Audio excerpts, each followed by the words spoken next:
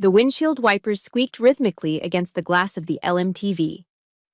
2 in the morning, the transport route back to Fort Belvoir was completely silent and safe, exactly according to procedure. Suddenly, the headlights swept across the shoulder. A civilian SUV was flipped on its side, half submerged in black water. A man was desperately waving his hands in the storm. Inside the car was a woman tightly clutching a blue-lipped child. My stomach tightened, hard as a rock. The chill running down my spine wasn't from the AC, but from the operations notebook sitting right on the passenger seat. Rule number 4 strictly forbade stopping. My chest constricted, my breathing became rapid, my hands gripping the steering wheel until my knuckles turned white. I looked in the rearview mirror, that father's pleading eyes drilling deep into my soul. If I hit the gas and kept going, they would freeze to death. If I stopped, a 12-year career would be wiped out by a brutal disciplinary report. The radio crackled uselessly. I gritted my teeth, slammed the brakes, sending the 5-ton truck skidding on the soaked asphalt. I couldn't be an emotionless obedience machine. I was Lieutenant Millie Evans, and tonight I accepted trading my rank to fight for the lives of these 3 strangers. Was the price of compassion too high? I slapped the hazard lights. The amber glow pulsed weakly against the pitch-black Virginia night, barely cutting through the curtain of rain. I kicked the door open, and the wind nearly tore the heavy steel plating right off its hinges, slamming it back toward my face. The rain felt like gravel pellets hitting my exposed skin. I jumped down. Immediately, the freezing mud of the backwoods ditch swallowed my tactical boots, rising past my ankles with a sickening squelch. The water had already risen to the man's waist. He was bashing his bloody elbow against the rear window, panic making his movements jagged and wild. My baby! My baby is stuck!" His scream was swallowed by a crack of thunder that shook the ground beneath my feet. I didn't think about regulation number 4 anymore. Standing there in the deluge, waist-deep in freezing sludge, the SOP manual dissolved. There was only one order left, the one I learned in Sunday school back in the foothills, not in basic training: do not walk on by. I had to drag them out of this death trap before the flash flood took us all. "Stand back!" I roared over the gale, ripping the crowbar from the side utility mount of the truck. I swung hard. Crack. The rear safety glass shattered, the sound mixing with the terrifying, high-pitched wail of an infant. The woman inside was pale, shock setting in. She was curled around the baby like a human shield, trying to push her last bit of body heat into the child. I waded through the rushing current, the water tugging at my legs like invisible hands. My fingers were numb, clumsy blocks of ice as I hooked the heavy steel toe chains onto the SUV's undercarriage frame. Click. Lock. I couldn't shake. This wasn't a drill at the motor pool. This was life or death. I signaled the man to hold on tight, then scrambled back up into the LMTV's high cab. I threw it into low gear. "Come on, big girl," I whispered to the engine. I eased off the clutch. The massive tires spun in the mud for a heart-stopping second, spewing sludge, before they bit into the asphalt. The truck groaned, the chain pulled taut, and slowly, agonizingly, the SUV slid out of the grave and onto the shoulder. We didn't speak much on the ride. I couldn't take them to the base. The MPs at the gate would arrest me on the spot for unauthorized civilians. We found a Motel 6 about 15 miles off route, the vacancy sign flickering like a beacon in the storm. I helped them check in. It was a cheap place, smelling of stale smoke and bleach, but it was dry. Once they were safe in the room, I turned to leave. The father, still shivering violently under a thin motel towel, reached out and grabbed my wrist. His eyes dropped to the name tag on my soaked uniform. Evans. He stared at it like he was memorizing a scripture. "You don't know what you just did, Lieutenant," he rasped, his voice breaking. "You saved my whole world." I forced a smile, but it felt crooked on my frozen face. "Just keep that baby warm. That's your only mission now." The walk back to the truck felt like the longest mile I'd ever walked. The cabin was empty now, silent except for the drumming rain. It smelled of wet canvas, mud, and the metallic tang of adrenaline fading away. I sat there for a moment, my hands shaking uncontrollably now that the crisis was over. I checked the dashboard clock. 04:30, I was 2 hours behind schedule. The military GPS system, the Blue Force tracker, didn't lie. It had logged every second of my unauthorized stop, every mile of my detour. It was all there in digital red ink. I knew exactly what was waiting for me at the gates of Fort Belvoir. It wouldn't be a commendation. It wouldn't be a medal. It would be Colonel Briggs. I could almost see him sitting in his office, sipping his Starbucks, waiting to tear me apart. I felt a sudden, crushing weight of loneliness in that cab. I needed to believe that somewhere outside of this army base, people still understood that human life comes before a rulebook. If you believe I made the right choice tonight, please hit that like button to stand with me. And tell me in the comments, just type, I would, if you would have stopped your truck for them too. Knowing you weren't alone makes this easier. I started the engine, swallowing the bitter taste of bile in my throat. I had just played the Good Samaritan, just like the Bible said. But in the eyes of the U.S. Army, I had just become a deserter. I put the truck in gear and headed toward my execution. At 0600, the fist pounding on the door of my transient quarters wasn't a wake-up call. It was a summons. I hadn't even had time to peel off my soaked uniform or scrub the Virginia clay from my skin. 2 military police officers stood in the hallway, their faces stone cold. Colonel Briggs wants to see you, Lieutenant, now. They marched me across the base like a criminal. I was still wearing the evidence of my crime. My tactical pants were heavy with dried mud, my boots squelched with every step, and my hair was plastered to my skull. We walked into Administration Building A, a glass and steel fortress that hummed with efficiency. The transition was brutal. Outside, the world was wet and chaotic. Inside Colonel Briggs's office, it was a climate-controlled sanctuary. The air conditioning was set to a crisp 68 degrees, humming softly. The room smelled expensive, not like the motor pool's burnt coffee, but like a fresh brew from a high-end machine. A Starbucks cup sat steaming on the corner of his mahogany desk, the mermaid logo mocking my exhaustion. Colonel Briggs didn't look up when I entered. He was reviewing a file, his reading glasses perched on the end of his nose. He didn't tell me to stand at ease. He left me standing at the position of attention, rigid, just inside the door. 5 minutes passed, then 10. The silence was a weapon. I started to shiver, the freezing AC cutting through my damp layers. A drop of muddy water fell from the hem of my jacket and landed on his pristine beige carpet with a soft plip. Then another. Plip. I was staining his sanctuary, and I knew he was letting it happen on purpose, a silent humiliation before the storm. Finally, 15 minutes in, Briggs took off his glasses. He looked at the puddle forming around my boots, then up at my face. His eyes were devoid of humanity. He looked at me the way one looks at a cockroach that has scurried into a clean kitchen. "Lieutenant Evans," he said, his voice quiet but sharp enough to cut glass. "Do you labor under the delusion that the United States Army provides you with a $500,000 light-medium tactical vehicle so you can operate it as your personal Uber?" I swallowed hard, my throat dry. "Sir, there was a civilian vehicle overturned, a flash flood. There was an infant, blue in the face. They were dying." Bam! Briggs slammed his open palm on the desk. The sound cracked through the room like a pistol shot. I flinched instinctively. "I don't care if it was the President of the United States," Briggs roared, standing up. "Procedure is procedure. You deviated 15 miles off your logged route. You put sensitive military cargo at risk because of some bleeding heart impulse." He walked around the desk, circling me like a shark. He stopped right next to my ear. I could smell his cologne, clean, expensive, overpowering the smell of swamp mud on me.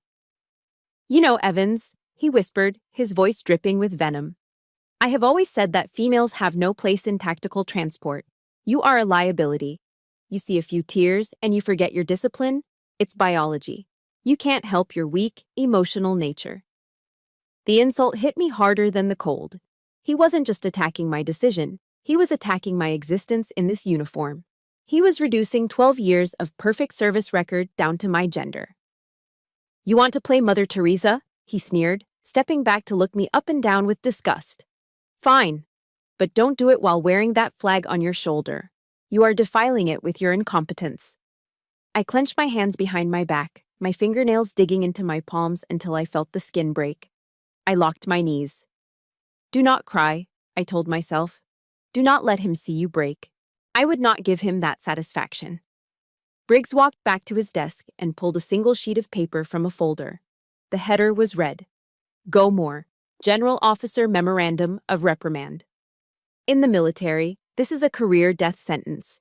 It stays in your permanent file forever. It screams failure to every promotion board. Sign this, he said, his voice bored now, the rage replaced by bureaucratic coldness. As of this morning, you are stripped of your convoy command. Your driving privileges are revoked. He picked up a pen, a sleek, silver thing, and tossed it at me. He didn't hand it to me. He tossed it. It hit my chest and clattered to the floor, landing right in the middle of the dirty puddle of water dripping from my clothes. From tomorrow, you will report to basement level, warehouse B, Briggs said, picking up his coffee and taking a slow, deliberate sip. Your new duty is inventory. We have a backlog of toilet paper and socks that need counting. Stay out of my sight until I decide if I'm going to kick you out of my army entirely. I looked down at the pen lying in the mud. I had saved 3 lives last night. A father, a mother, and a baby were alive right now because of me. And this was my reward. Slowly, painfully, I bent down. My stiff joints cracked. I picked up the wet pen, the mud smearing onto my fingers. I placed the paper on the corner of his desk, trying not to drip on the wood, and signed my name. My hand shook so badly the signature looked like a jagged scar. Millie Evans. I wasn't just signing a reprimand, I was signing away my dignity. I placed the pen back on the desk. Briggs didn't even look up. He had already moved on to the next file, erasing me from his world as if I were nothing more than a stain on his carpet. Warehouse B was located 3 stories underground, a concrete bunker where the sun never rose and the air always smelled of stale cardboard and damp cement. It was a tomb for careers, and now it was my office. For 12 years, my hands had commanded the steering wheels of massive tactical vehicles, feeling the raw power of diesel engines vibrating through my bones. Now, my weapon of choice was a plastic barcode scanner that cost $20 at Office Depot. Beep. 200 pairs of wool socks, size large, I muttered to the empty aisle. My voice sounded hollow, bouncing off the metal shelves that stretched up to the flickering fluorescent lights. Beep. 500 rolls of single-ply toilet paper. Every beep was a reminder of how far I had fallen. Colonel Briggs knew exactly what he was doing. He didn't just want to punish me, he wanted to break me. He wanted to bore me into submission until I voluntarily signed my own discharge papers just to escape the silence. I felt less like a soldier and more like a malfunctioning robot that had been tossed into the scrap heap. By 1200 hours, the silence was deafening. I needed to see human faces, even if they were hostile. I clocked out and headed up to the mess hall. The cafeteria was loud, a chaotic symphony of clattering trays and soldiers shouting over one another. But the moment I stepped into the serving line, the volume dropped. It wasn't total silence, but it was the kind of sudden hush that hits you in the gut. Heads turned, whispers rippled through the room like a contagion. I kept my eyes on my tray, loading it with a dry hamburger patty and a scoop of corn. I walked toward the back corner, looking for an empty table in the shadows. I almost made it. Heads up! A shoulder slammed into mine, hard enough to make me stumble. My tray tilted, sending the plastic cup of water splashing over my hand. I regained my balance and looked up into the grinning face of Lieutenant Miller. Miller had always been a yes man, the kind of officer who polished his boots more often than he trained his platoon. He loomed over me, playing to the audience. "Whoa there, Evans," he boomed, his voice carrying across the silent room. "Watch where you're walking. I heard you're trying to win a Nobel Peace Prize with Army equipment now. Next time you want to play superhero on the taxpayer's dime, maybe ask permission first." A cruel ripple of laughter broke out from the table behind him. "We don't want to have to clean up your mess again," Miller sneered, leaning in close. "Stick to the toilet paper inventory. It suits you." I didn't say a word. I couldn't. If I spoke, I would scream. I just lowered my head, walked to the corner table, and sat down. The hamburger tasted like sawdust. I swallowed it down with the bitter, salty taste of tears that I refused to let fall in public. I couldn't stay there. I dumped my tray and slipped out the back exit, finding refuge near the old payphone bank behind the kitchen. It was a relic, rarely used now that everyone had smartphones, but it offered a shred of privacy. I dialed the number I knew by heart. It rang 3 times before a familiar voice picked up in rural Virginia. Hello? Millie, is that you, baby? My mom's voice was warm, thick with the accent of the Bible Belt foothills. Just hearing it made my chest ache. Hi, Mama, I said, fighting to keep my voice steady. Oh, praise God, I've been worried sick. You haven't called in days, with all those storms on the news. Are you safe? I bit my lip so hard I tasted iron. I looked at my boots, scuffed and dull, standing on the dirty concrete. I wanted to tell her everything. I wanted to tell her that I was drowning, that my career was over, that I was being treated like a pariah. I'm fine, Mama, I lied. The words felt like ash in my mouth. Actually, I got a new assignment.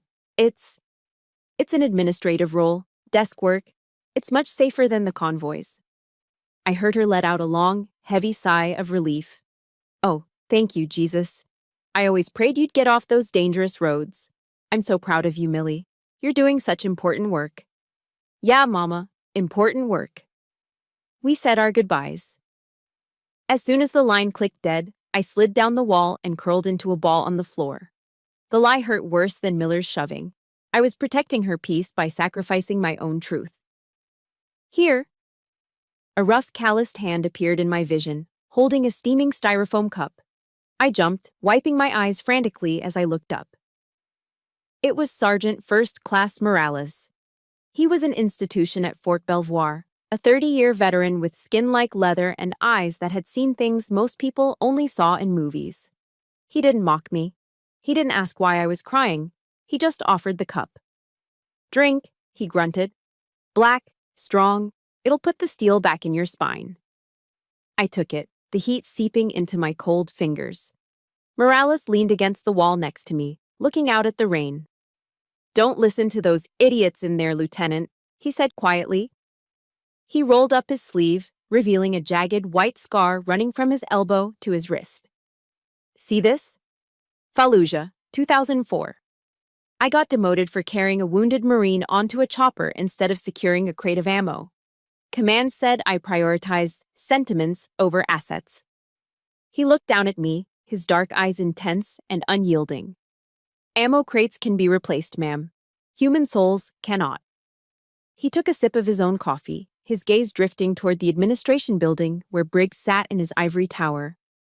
The colonel can strip your rank, Morales said, his voice dropping to a reverent whisper. He can put you in a basement, but he cannot touch your honor. You did the right thing that night on Route 17. God is your witness, and that is the only promotion board that matters. For the first time in 3 days, the crushing weight on my chest lifted, just an inch. I wasn't alone. In this dark, damp basement of a world, a lighthouse had just flickered on. The scuttlebutt moved through the barracks faster than a wildfire in a drought. By 0400 hours, long before the sun even thought about rising over the Potomac, the entire base was awake and in a state of controlled panic. General Warren was coming. He wasn't just some Pentagon bureaucrat pushing papers. General Warren was the Vice Chief of Staff of the Army, a legendary 4-star general with a reputation for eating incompetent commanders for breakfast. His visits weren't social calls. They were audits of the soul. Immediately, Fort Belvoir transformed into what we cynically call a dog and pony show. It's a theater production designed to hide rot behind a facade of perfection. From the loading dock of Warehouse B, I watched the absurdity unfold. Private first-class soldiers were on their hands and knees, scrubbing the concrete sidewalks with toothbrushes. I saw a squad painting brown patches of dying grass with green spray paint just so the lawn would look vibrant from the general's passing motorcade. It was fake. It was desperate. And down in my basement exile, counting socks, I hoped that the storm would stay up there on the surface and leave me alone. I was wrong. At 1,000 hours, the phone on the concrete wall rang. It was the administration building. Colonel Briggs wanted to see me. Again. This time, when I walked into his office, the atmosphere had shifted. The air wasn't charged with the explosive rage from yesterday. It was heavy with cold calculation. Briggs was standing by the window, watching the manic preparations outside. He turned around and for the first time, he smiled. It wasn't a warm smile. It was the smile of a shark that smells blood in the water. "Lieutenant Evans," he said, his voice smooth, almost sweet. "Please, take a seat." I remained standing. "I prefer to stand, sir." "Suit yourself." He walked over and leaned against the edge of his mahogany desk, crossing his arms casually. "Tomorrow morning, General Warren will be holding a command briefing in the war room.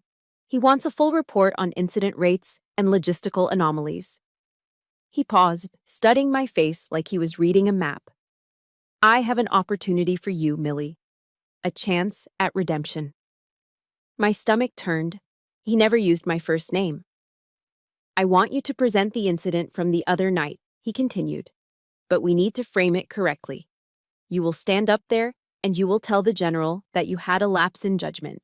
You acted on emotion, panicked, and deviated from the route due to inexperience." He stepped closer, his voice dropping to a conspiratorial whisper, as if we were partners. "And then, you will say that thanks to my swift intervention and strict disciplinary guidance, the situation was contained and protocol was restored. You are the example of a mistake. I am the example of the correction. Do you understand?" I stared at him, horrified. He wanted me to perjure myself. He wanted me to paint myself as an incompetent fool just so he could look like a strong leader in front of a 4-star general.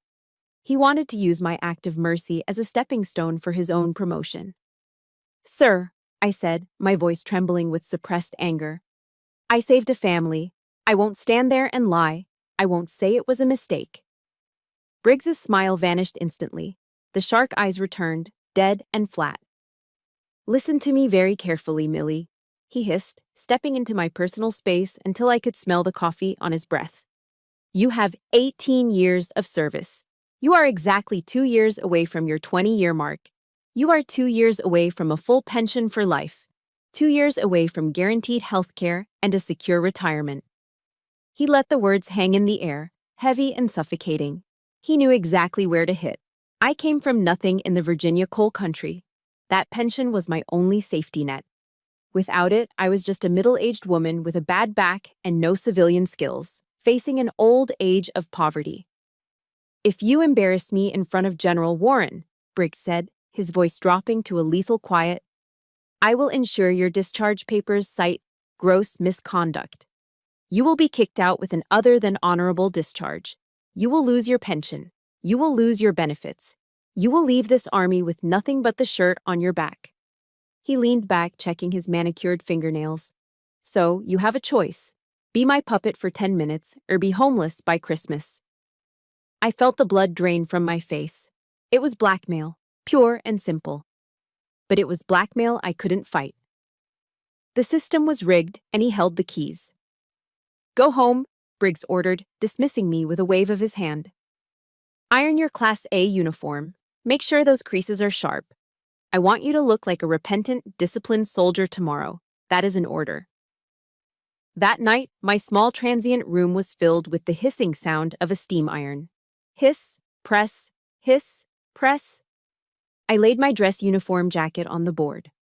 The dark fabric looked almost black in the dim light. I pressed the iron down, flattening the wrinkles, just like Briggs was flattening my soul. The steam rose up, clouding the cheap mirror on the wall. I looked up at my reflection, but the face looking back was blurry, distorted by the fog. I didn't recognize myself anymore. I wasn't the brave lieutenant who jumped into a freezing flood to save a child. I was a coward. I was a woman terrified of losing her paycheck, terrified of the future, willing to sell her honor to a tyrant just to survive. I hung the uniform on the door. It looked perfect, stiff, hollow, just like me. Tomorrow, I would walk onto that stage and play my part. I was no longer a soldier. I was just a prop in Briggs's show. That night, the rain returned to Fort Belvoir. It wasn't the violent storm of the other night, but a steady, rhythmic drumming against the tin roof of the transient barracks. Tap, tap, tap. It sounded like the ticking of a doomsday clock, counting down the seconds until my execution. I lay on the narrow bunk, staring up at the springs of the empty bed above me. The room was dark, but sleep was impossible. My mind was a battlefield. Tomorrow morning, I would stand in front of the Vice Chief of Staff of the Army, a man whose shadow alone commanded respect, and I would have to look him in the eye and call myself a failure. I would have to lie. I would have to burn down 12 years of hard work just to keep Colonel Briggs warm in his seat of power. Was it worth it? For a pension? For health insurance? I reached under my pillow, my fingers brushing against cracked leather. It was a small Bible, the pages worn thin and yellowed with age.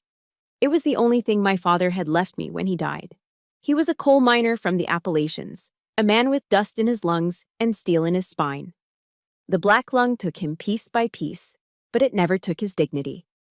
I turned on the small reading light, shielding it with my hand so I wouldn't wake the others. I opened the book. It naturally fell open to the Gospel of Luke. I didn't need to read the words. I knew them by heart. It was the story of the man beaten and left half dead on the side of the road, ignored by the priest and the Levite, but saved by the Samaritan. I could almost hear my father's raspy voice, the way it sounded between coughing fits. "Millie, baby," he used to say, sitting on the porch swing. "You can be poor. You can be a nobody in the eyes of the bank or the government, but you can never be poor in honor. When you wake up in the morning and look in that mirror, you have to like the person looking back at you. If you don't, no amount of money will fix it." My finger traced the final command in red letters. Go and do likewise. I had done likewise, Daddy. I had stopped. I had helped. But why did the price have to be everything I had? Why was God punishing me for obeying him? The tears finally came, hot and silent, soaking into the pillowcase. I felt totally abandoned. There was no angel in the room, just the smell of damp wool and the crushing weight of tomorrow. By 0500, the rain had stopped. I got up before the sun. I sat on the edge of my bed with my dress boots and a tin of kiwi polish. The ritual of the spitshine is meditation for a soldier. Small circles, swish, swish, swish. Water, wax, friction. I focused entirely on the toe of the boot until the black leather disappeared and became a black mirror. "Looking sharp, Evans." I froze. Lieutenant Miller was leaning against the doorframe, holding a travel mug of coffee. He was already in his dress blues, looking smug. "You really are going all out for your big apology tour, huh?" He walked over, looking down at me with that pitying smirk that makes you want to scream. "Don't worry about the truck. Once Briggs kicks you to the curb, I promised him I'd take good care of your vehicle. Might even paint my name on the driver's door. Lieutenant Miller has a nice ring to it, don't you think?" He patted my shoulder, a condescending, heavy pat. "Come on, don't look so grim. Maybe soldiering just isn't in your DNA. You're a nice lady. Go back to Virginia, find a husband, settle down, leave the heavy lifting to the men." Rage, white-hot and blinding, flared in my chest. I wanted to throw the boot at him. I wanted to scream that I could outdrive and outlift him any day of the week. But I didn't. I just looked at my reflection in the toe of the boot. Go and do likewise. "Excuse me, Lieutenant," I said, my voice dead calm. "I have to finish getting ready." He laughed, shaking his head as he walked away. "Suit yourself. Break a leg out there." 800 hours. The PA system crackled to life. "Attention on deck. General Warren's motorcade has passed the main gate." This was it. I stood up and walked to the mirror. I adjusted my tie, tightening the knot until it felt like a noose. I smoothed the jacket of my Class A uniform.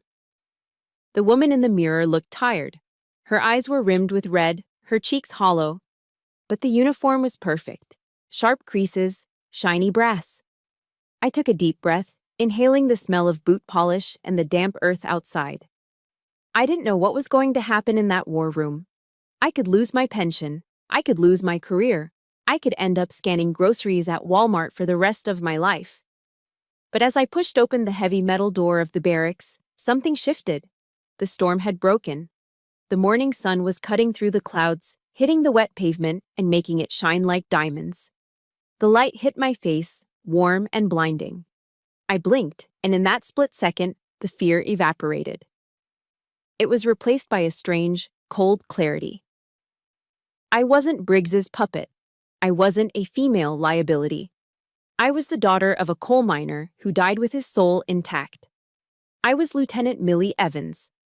I squared my shoulders, lifted my chin, and stepped out into the light. I was ready to face the fire. The war room was colder than a meat locker.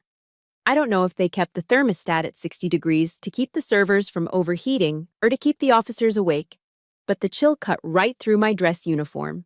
It was a sterile, windowless chamber dominated by a massive, polished mahogany table. At the far end, flanking a large projection screen, stood the American flag and the Army flag, their gold tassels still and heavy. At the head of the table sat General Warren. I had seen him on CNN and in official portraits, but seeing him in person was different. He didn't look like a movie general. He wasn't barking orders or chomping on a cigar. He was small, almost unassuming, with gray hair cropped close to his scalp. But the 4 silver stars on each of his shoulders caught the fluorescent light with a terrifying brilliance. He radiated a quiet, absolute authority that made the air in the room feel thin. Around the table sat his staff. Bird colonels and majors with clipboards, sitting frozen like statues. No one spoke, no one moved. The only sound was the hum of the projector fan and the turning of pages as General Warren silently reviewed the briefing packet.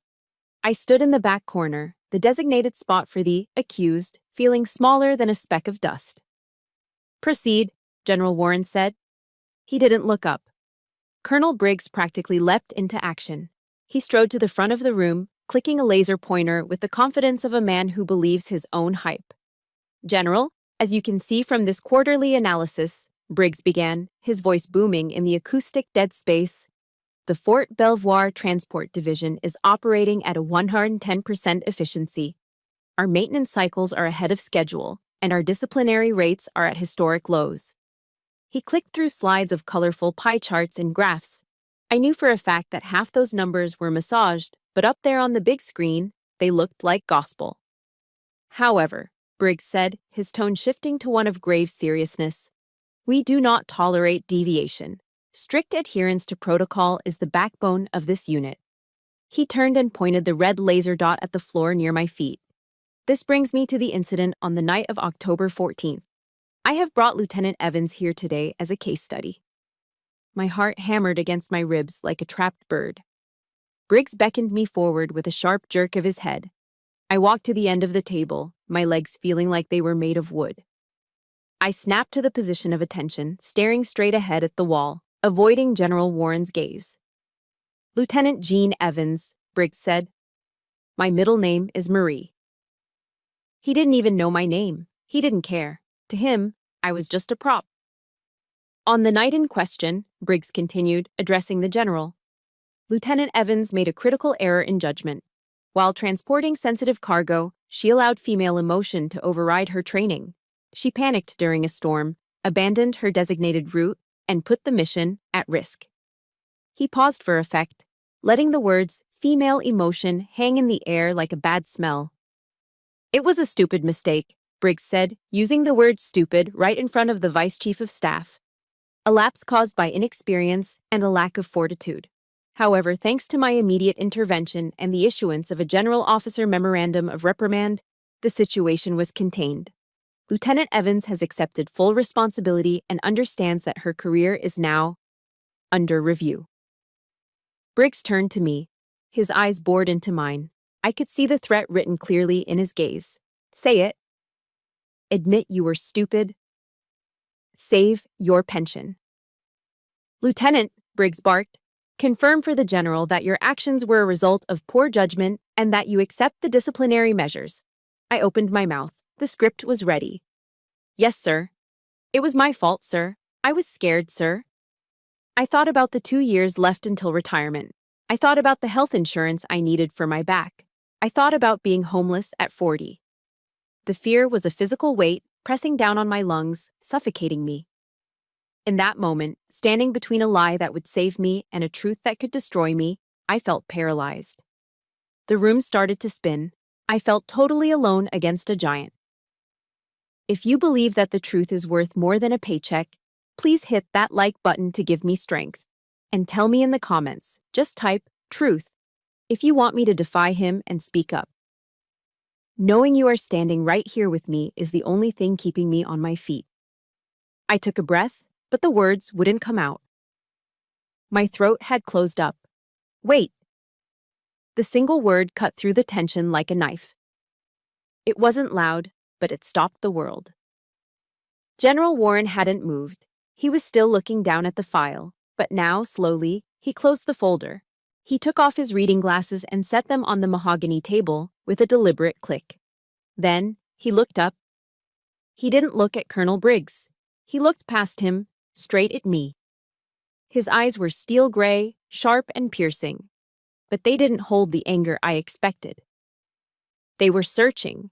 It was a look of intense, almost unnerving recognition. "Lieutenant Evans," the general said. His voice was quiet, but it carried a weight that made the hair on my arms stand up. Ignore the colonel's flowery language for a moment. He pushed the Go More paperwork, the career death sentence I had signed, to the side, as if it were trash. "I want to hear it from you," Warren said, directly. "What exactly did you do at 0200 hours on October 14th on Route 17? Briggs turned pale.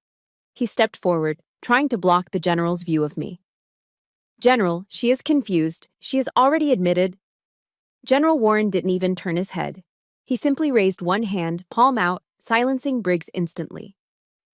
"I am asking your soldier, Colonel," Warren said, his voice dropping an octave, deadly and cold. "Not you." He locked eyes with me again, waiting. The silence in the room was deafening. The charade was cracking. And I was the only one holding the hammer. I swallowed hard, the sound loud in my own ears. My heart was hammering against my ribs so violently I thought everyone in the silent war room could hear it. Briggs was staring at me, his eyes wide and threatening, silently screaming at me to stick to the script. Say it. Say you were stupid. Save your pension. But I couldn't do it. Standing there under the glare of the Vice Chief of Staff, I realized that if I was going to lose my career today, I wasn't going to lose my soul with it. "General," I said. My voice shook, but the words were clear. "I did stop my vehicle, unauthorized." Briggs nodded slightly, a smirk tugging at the corner of his mouth. He thought I was folding. "But it wasn't a mistake due to inexperience," I continued, lifting my chin. "I saw a civilian SUV overturned in a flash flood. The water was rising. There was a baby inside, blue from hypothermia. I used my LMTV to tow them to safety because if I hadn't, they would be dead right now." I locked eyes with General Warren, bracing myself for the explosion.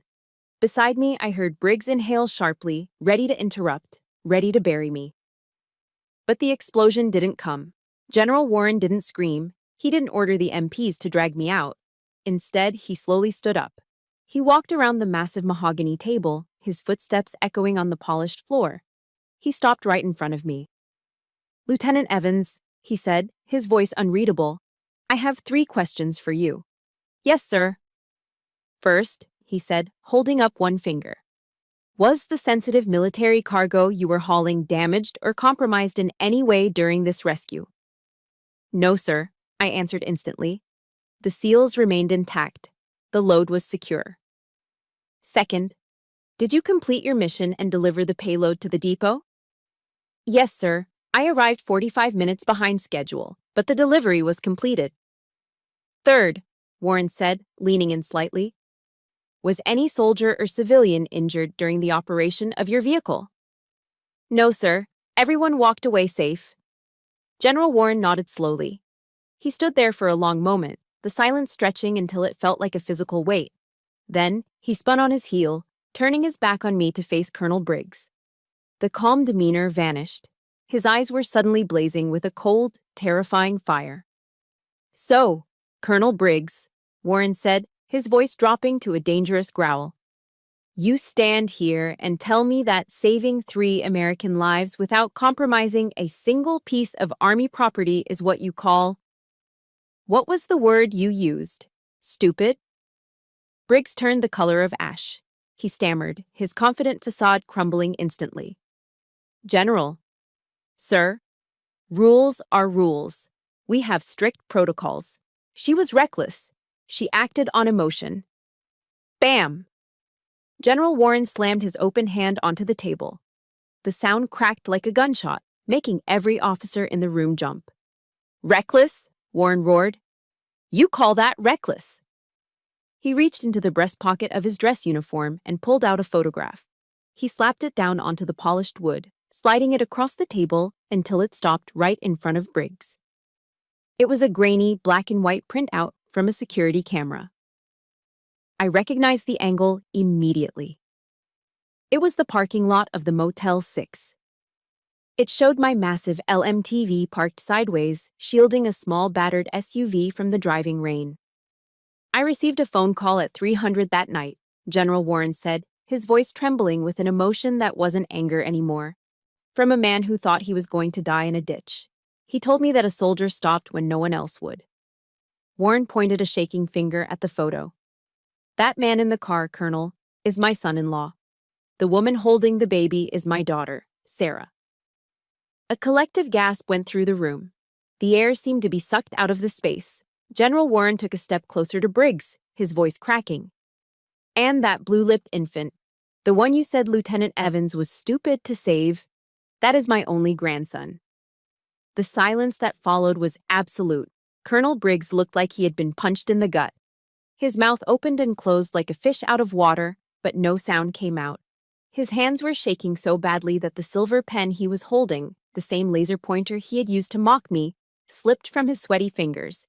It clattered loudly onto the floor, rolling away under the table. He looked at me, then at the general, terror flooding his eyes as the realization hit him. He hadn't just disciplined a soldier. He had tried to destroy the woman who saved his boss's family. General Warren turned away from Briggs as if he didn't exist. He walked back to me. The steel in his eyes melted away. He wasn't the vice chief of staff anymore. He was a grandfather. "My son-in-law told me they saw your name tag," Warren said softly. "He said you told him his only mission was to keep that baby warm." He reached out and placed a hand on my shoulder. It wasn't a formal gesture. It was a squeeze of pure, desperate gratitude. "You didn't break the rules, Lieutenant," he whispered, loud enough for the whole room to hear. "You rewrote the rule on humanity that your commander seems to have forgotten. You saved my whole world." I felt the tears finally spill over. I tried to stay at attention, but my shoulders shook. The knot of fear and humiliation that had been strangling me for 3 days suddenly unraveled. I wasn't a failure. I wasn't a disgrace. I was a soldier, and I had done the right thing. The silence in the war room was no longer heavy. It was electric. All eyes were glued to Colonel Briggs, who was sweating so profusely that beads of perspiration were dripping onto his stiff collar. The confident, arrogant commander who had strutted around the room 5 minutes ago with his laser pointer was gone. In his place was a desperate man trying to salvage a career that was rapidly disintegrating. "General, sir," Briggs stammered, his voice rising in panic. He looked around the room for support, but found none. "Please, you have to understand. I had no idea. I didn't know it was your daughter. If I had known it was your family involved, obviously, I would have authorized the stop. I would have sent an escort." "Stop!" General Warren cut him off.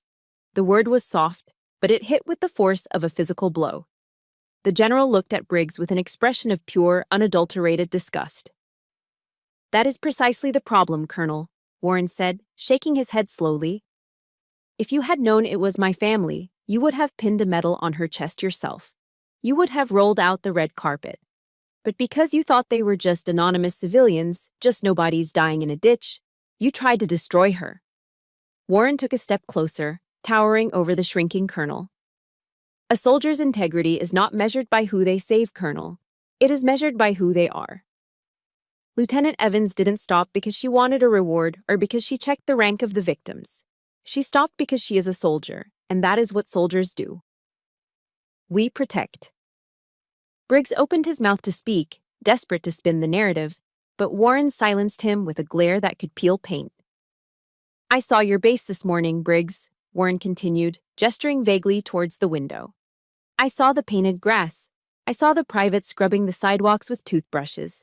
You spend so much time polishing the surface, making things look pretty for the brass, that you've let the core rot. He pointed a finger directly at Briggs's chest. You measure leadership by spreadsheets and perfectly creased uniforms.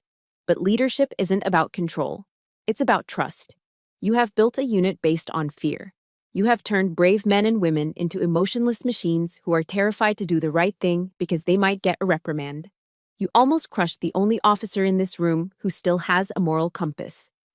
Briggs hung his head, his shoulders slumped. He knew it was over. The room was witnessing a live execution of a career. General Warren walked back to the table and picked up the GOMOR, the official reprimand that Briggs had forced me to sign, the paper that was supposed to end my career. He held it up for a moment, letting every officer in the room see the lie written in black and white. Then, with a slow, deliberate motion, he tore it in half. Rip! The sound was incredibly loud in the quiet room. He put the halves together and tore them again. Rip! He walked over to the trash can in the corner and let the confetti pieces flutter down into the bin. Colonel Briggs, Warren said, his voice cold and official. You are relieved of your command, effective immediately. You have 1 hour to clear out your desk. Briggs looked up, his face pale, his eyes hollow. General. Where will I go? Warren smiled, but there was no warmth in it. It was the smile of poetic justice. I have the perfect spot for a man who loves paperwork and procedure so much, Warren said. I am transferring you to the Records Archive Division at the Pentagon. Basement level 4. It has no windows, Colonel, just miles of files and dust. I almost gasped. It was the exact same punishment Briggs had tried to inflict on me. He wanted to bury me in a basement counting socks. Now, he would spend the rest of his career in a basement counting dusty files, buried under the weight of his own bureaucracy. You can count paper clips to your heart's content down there, Warren finished. At least in the basement, you can't hurt anyone else. Now, get out of my sight. Briggs didn't salute. He couldn't. He just turned and walked out of the war room. He moved like an old man, his footsteps dragging on the polished floor. As he passed the table of staff officers, no one looked at him. No one offered a sympathetic glance. He was a ghost walking out of his own life. When the heavy door clicked shut behind him, the tension in the room finally broke. I looked around. The atmosphere had completely shifted. The other officers, majors, and lieutenant colonels who had looked at me with disdain or indifference just 10 minutes ago were now looking at me differently. The contempt was gone, replaced by something I hadn't seen in a long time. Respect. Caution. Yes, but respect. My eyes found Lieutenant Miller across the room. The man who had mocked me, who had told me to go home and find a husband, was staring at his boots. His face was flushed red. He couldn't even meet my gaze. I stood a little taller. I hadn't sought revenge. I hadn't shouted or fought back with insults. I had simply stood on the truth, and the truth had set me free. Justice had been served, not by a sword, but by a grandfather's gratitude. After the officers filed out of the war room, leaving the heavy echoes of Colonel Briggs's downfall behind them, General Warren signaled for me to stay. The room was quiet now, the air scrubbed clean of the suffocating tension that had choked it for the last hour. The general didn't sit back down at the head of the massive mahogany table. Instead, he walked over to where I was standing and pulled a smartphone from his pocket. His hands, which had just torn a colonel's career to shreds with terrifying efficiency, were gentle now as he tapped the screen. He told me he wanted to show me something, turning the device toward me. It was a video, shaky and vertical, clearly taken in a warm, messy living room. A little girl with curly blonde hair was bouncing on a beige sofa, clutching a worn-out stuffed bear. She looked healthy, her cheeks pink and full of life, a stark contrast to the blue-lipped, freezing infant I had seen trapped in that storm. I A woman's voice from behind the camera encouraged her to say hi, and the little girl beamed at the lens, waving frantically as she chirped a thank you to the firefighter lady for the ride. I let out a wet, shaky laugh at the title, and General Warren chuckled softly beside me, wiping a stray tear from the corner of his eye. He explained that to a 3-year-old, my massive LMTV looked just like a fire truck. She didn't know ranks or uniforms, she just knew I came when no one else did. He put the phone away and looked at me, his face serious and filled with an emotion that transcended military protocol, telling me that the little girl would grow up and have a life because of me. He said he owed me a debt he could never repay, addressing me as Major. When I confusedly corrected him that I was a lieutenant, he simply smiled and told me that I wouldn't be for long. That private acknowledgement was a reward in itself, but the Army had a much more public way of setting things right. 1 week later, the sun was blazing over the parade field at Fort Belvoir, the sky a piercing blue that had been washed clean by the storms of the previous week. The entire transport battalion was assembled in formation, a sea of camouflage standing at attention under the heat. This wasn't a punishment detail or a routine drill. This was a celebration. The PA system crackled to life, echoing across the manicured grass, calling for attention to orders. I marched out to the center of the field, my freshly shined boots crunching rhythmically on the gravel. I stood before General Warren, who was flanked by the American flag and the battalion colors snapping in the breeze. Usually, an officer climbs the career ladder one painful rung at a time, moving from lieutenant to captain and then eventually to major. But today, the Army was making a rare exception for exceptional valor and leadership. General Warren stepped forward and removed the single silver bar from my chest, the rank of first lieutenant. In its place, he pinned on a gold oak leaf. I had skipped an entire rank, going from a junior officer to a field-grade commander in a single heartbeat. His voice boomed over the loudspeakers as he appointed Major Millie Evans as the new battalion commander of the Tactical Transport Division. Leaning in close as he adjusted the collar of my uniform, he told me quietly that he didn't want another Briggs running this unit. He wanted someone who knew that people mattered more than paperwork, and he wanted my conscience to lead the battalion. However, the promotion wasn't the most significant news of the day. Before dismissing the troops, General Warren announced a new standing order, effective immediately across all Army commands. It was officially titled Regulation 19C, but everyone on base was already calling it by its real name, the Samaritan Rule. The rule was simple but revolutionary, stating that any military personnel operating a government vehicle were authorized to deviate from their route and utilize government assets to provide emergency assistance to civilians in life-threatening distress, without fear of administrative reprisal. My name wasn't on the document, but as the general read the words, I felt a warmth spread through my chest that had nothing to do with the sun. The terror I had felt that night, the impossible choice between my career and a baby's life, was something no other soldier would ever have to face again. Kindness had finally been codified into law. As the ceremony ended and the formation broke, soldiers came up to shake my hand with genuine respect. I was walking back toward the headquarters when a shadow fell across my path. I stopped to find Lieutenant Miller standing there. He looked different than before. The smug, arrogant sneer was gone, replaced by a look of awkward humility.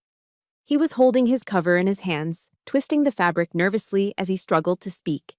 He quietly congratulated me and then stumbled through an apology for his past comments about me not belonging and needing to find a husband. He looked down at his boots, admitting he had been a jerk.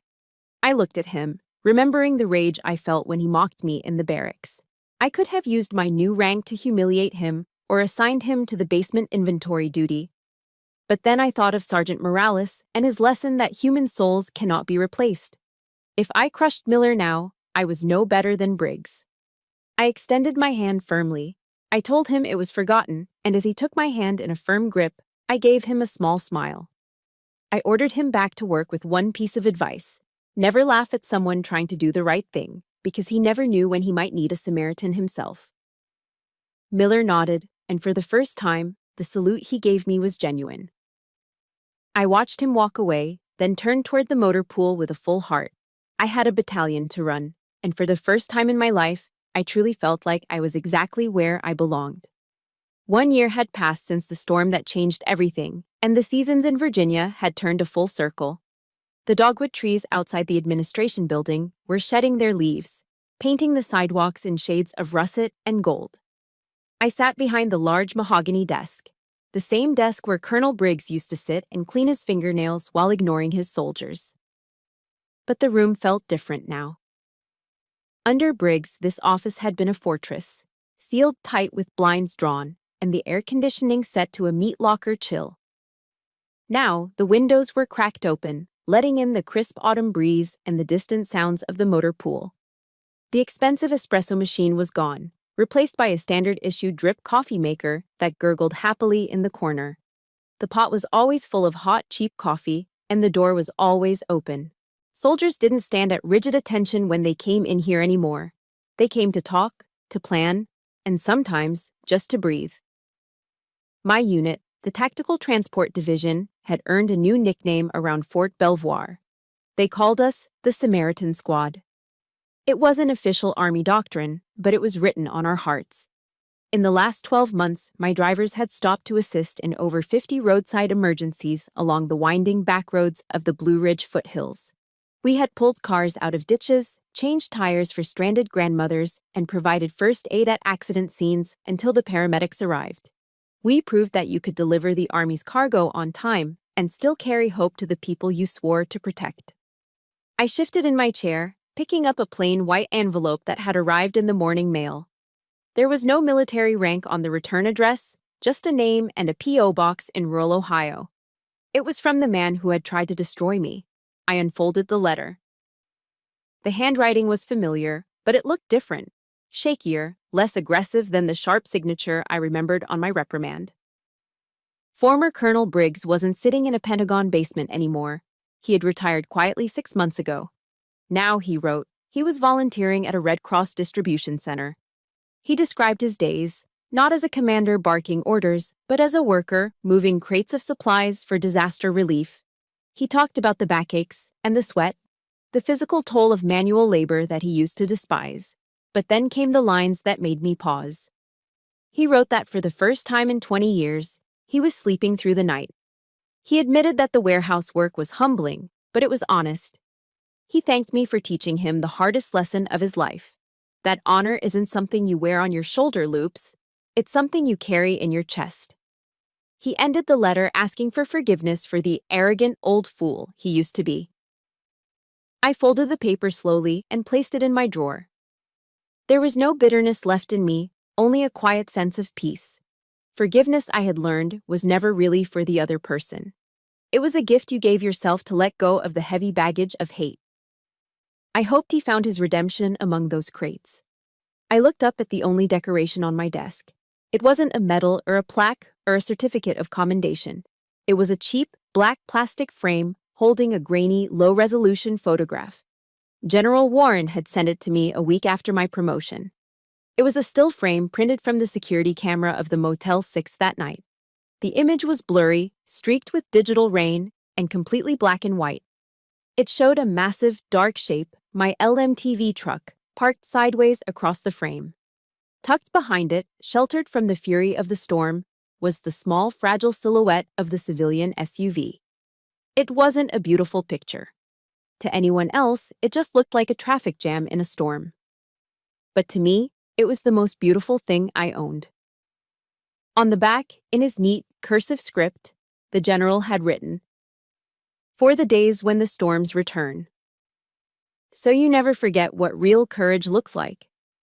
I traced the edge of the frame with my thumb. That photo was my compass. It reminded me that the biggest machine is nothing without a human heart behind the wheel. Outside, the sky began to darken. A gray curtain of clouds rolled over the Potomac, and the first drops of rain began to splatter against the window pane. It was starting again. Another Virginia storm was brewing, threatening to turn the dirt roads into rivers of mud. I stood up and walked to the window, looking down at the motor pool. The engines were roaring to life. A convoy of 20 LMTVs was lined up, their headlights cutting through the gloom, ready to transport supplies to the coast. I picked up the radio handset from my desk. The plastic felt cool and familiar in my palm. I keyed the mic, my voice steady and calm. "Attention all Samaritan stations, this is Samaritan 6, I said, watching the rain intensify. "We have heavy weather incoming. The roads are going to be slick and visibility will be near zero. Your mission is to get the payload to the destination." I paused, looking at the grainy photo on my desk one last time. "But remember your standing orders. Keep your eyes open. If you see someone in trouble, you stop. We don't leave anyone behind in the dark. Watch your 6 and drive safe. Samaritan 6, out." I hung up the radio and watched as the convoy began to roll out the gate, big wheels churning through the puddles. The storm was coming, loud and dangerous, just like it had a year ago. But this time, I wasn't afraid. I knew that no matter how dark the night got, we were the ones driving the lights. We were the ones carrying the fire, and that was a legacy worth more than any rank. You know, looking back at that rainy night on Route 17, I realized that we often confuse rank with leadership and rules with righteousness. But the truest test of character isn't what you do when the sun is shining and the general is watching. It's what you do in the dark, when the only witness is your own conscience. We are all driving our own heavy trucks through life, focused on our deadlines and our paychecks. It is easy to just keep driving, but never let your schedule become more important than a human soul. Real honor isn't something that can be pinned on a uniform or framed on a wall. It is earned in the mud, by lifting others out of their storms. Always choose to be the Samaritan. Now, I want to turn the radio over to you. I know I'm not the only one who has faced a hard choice. Have you ever had to break a rule to do what you knew was right? Or maybe you were the one stuck in the ditch, praying for headlights to appear. I read every single comment, so please share your story below. I'd be honored to hear it. If my journey inspired you today, please hit that like button and subscribe to the channel. It helps us keep these stories of hope rolling down the road. Until next time, keep your eyes open and never leave anyone behind. Over and out.